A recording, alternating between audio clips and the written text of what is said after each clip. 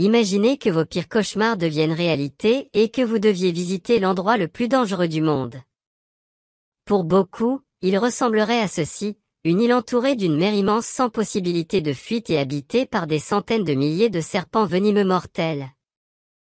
C'est précisément cette île, appelée Ilha de Guimada Grande, qui existe au large des côtes brésiliennes et qui est considérée, non sans raison, comme l'endroit qui fait fuir immédiatement même les aventuriers et les explorateurs les plus courageux. Dans cette vidéo, nous voulons donc vous donner un aperçu de cette île et vous expliquer pourquoi elle est de loin l'endroit le plus dangereux au monde. Nous vous emmènerons passer une journée sur l'île aux serpents et vous montrerons les astuces incroyables qui permettent d'y survivre. Nous vous montrerons également d'autres îles difficiles à visiter, où l'on serait également considéré comme absolument suicidaire. Restez donc à l'écoute de Bon à savoir. La particularité de l'île aux serpents, qui se trouve d'ailleurs à seulement 33 km de la ville brésilienne de Sao Paulo, n'est pas seulement qu'elle est considérée par beaucoup comme l'endroit le plus dangereux du monde, mais aussi qu'elle ne peut pas être habitée par l'homme jusqu'à présent. La raison en est en soi assez simple, mais pour la plupart, c'est l'horreur pure et simple. En effet, un nombre inimaginable de serpents vivent sur cette île de 430 mètres carrés. La densité de population des animaux serait même si élevée qu'au moins un serpent par mètre carré y aurait élu domicile. Ce qui signifie qu'il y a au moins 430 000 serpents sur l'île. Il ne s'agit toutefois pas de n'importe quelle espèce de serpent.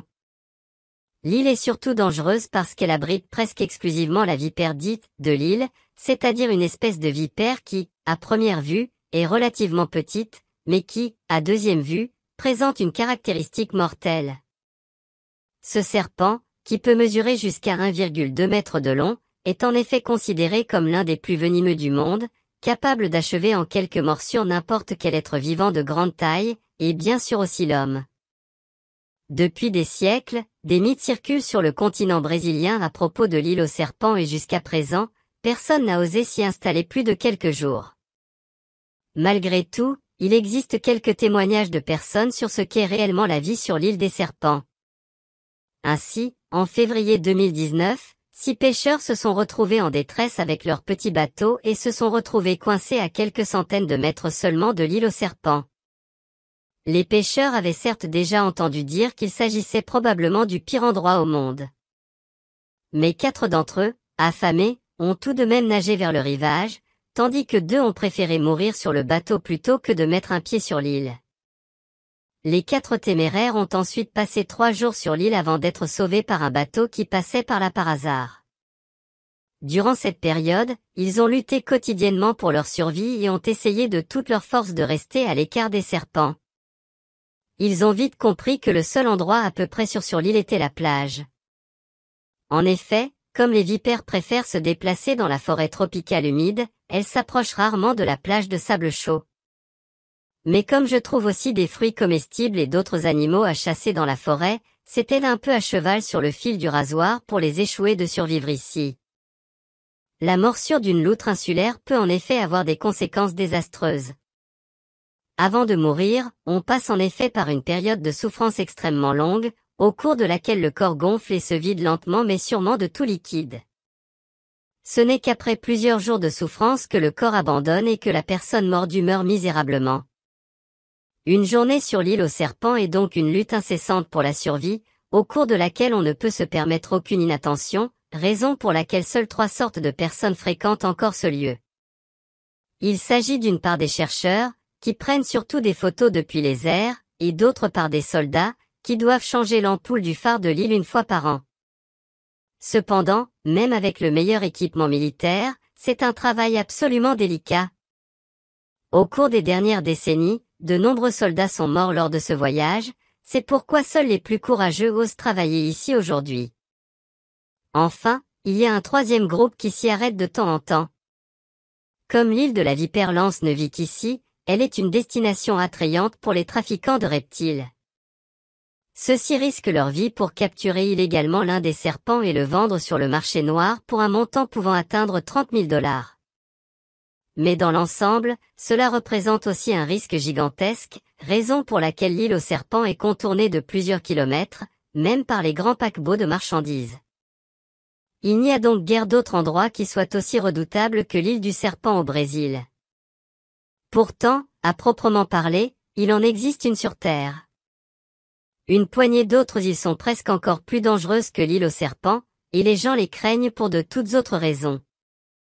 Par exemple, le Bikini Atoll, qui fait partie des îles Marshall dans le Pacifique et qui a également donné son nom au maillot de bain de pièces. Toutefois, le Bikini Atoll est loin d'être esthétique ou sûr. Jusqu'en 1946, cette île de 6 km² était habitée par une petite tribu d'Axe en grave peine 167 personnes. Cependant, après la Seconde Guerre mondiale, les États-Unis d'Amérique ont commencé à y tester un grand nombre de leurs armes nucléaires, raison pour laquelle ils ont rapidement déplacé les anciens habitants vers d'autres îles. À partir de 1946, l'armée américaine a commencé à tester 67 bombes atomiques sur ordre du président de l'époque, Harry Truman, afin de déterminer leur puissance destructrice. Durant cette période, les îles et atolls environnants ont été colonisés par 42 000 chercheurs, soldats et techniciens américains, qui ont tous travaillé sur les essais nucléaires. Lorsque les Américains ont terminé leurs tests au bout de quelques années, les autochtones qui avaient été déplacés à l'époque ont été ramenés sur leurs îles d'origine dans l'atoll de Bikini, ce qui a toutefois suscité de nombreuses critiques au niveau international. En effet, après des années d'essais nucléaires, nombreux étaient ceux qui pensaient que l'île était absolument inhabitable, même si les Américains affirmaient avoir éliminé les déchets nucléaires de la meilleure manière possible. En réalité, de nombreux experts estiment encore aujourd'hui que la région entière est toujours pleine de radiations nucléaires qui rendent la vie impossible.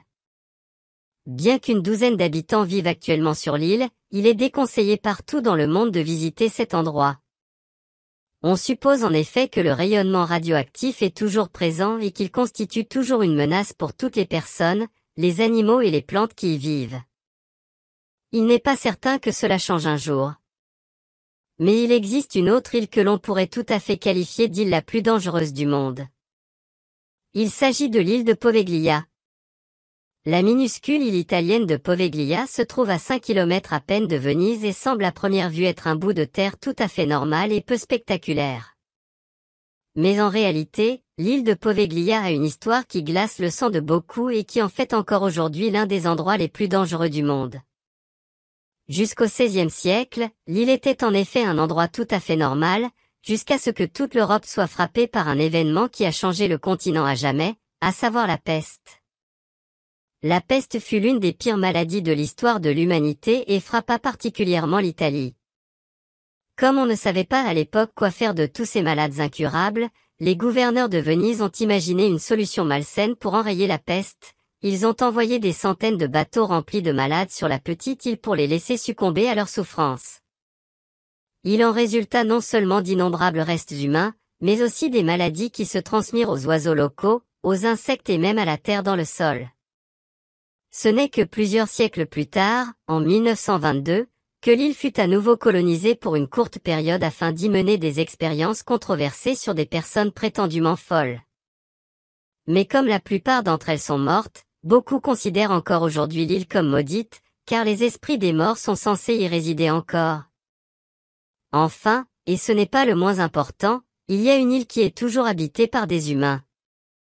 Mais ils sont tellement dangereux qu'il est strictement interdit aux autres de s'y rendre. Il s'agit de North Sentinel Island, qui se trouve au fin fond de l'océan Indien et que tout le monde évite encore aujourd'hui. Les quelques 100 habitants de North Sentinel Island, appelés d'ailleurs les Sentinellois, font en effet partie des rares personnes au monde à vivre complètement sans technologie, sans électricité et sans eau courante. Au lieu de cela, leur quotidien ressemble encore à celui d'il y a plusieurs milliers d'années. Ils chassent avec des flèches, se tiennent chaud autour du feu et vivent dans des cabanes dans les arbres. Mais ce qui rend les habitants de North Sentinel Island si spéciaux par-dessus tout, c'est leur brutalité inouïe envers les intrus sur leur île.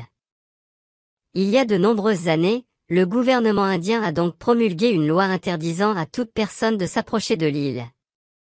Ceux qui ont tout de même osé le faire au cours des siècles passés l'ont généralement payé de leur vie. On rapporte ainsi que les sentinelles ont même mis en danger des hélicoptères militaires blindés avec leurs flèches enflammées, mais aussi qu'ils attaquaient depuis l'eau tout navire qui s'approchait. Jusqu'à aujourd'hui, aucun scientifique n'a réussi à rester longtemps sur l'île. Comme tout le monde est immédiatement mis en fuite avec une grande agressivité, vous devriez être curieux et vouloir savoir plus précisément à quoi ressemble la vie des autochtones sur North Sentinel Island. N'hésitez pas à regarder notre vidéo détaillée à ce sujet. À la prochaine fois sur Bon à savoir.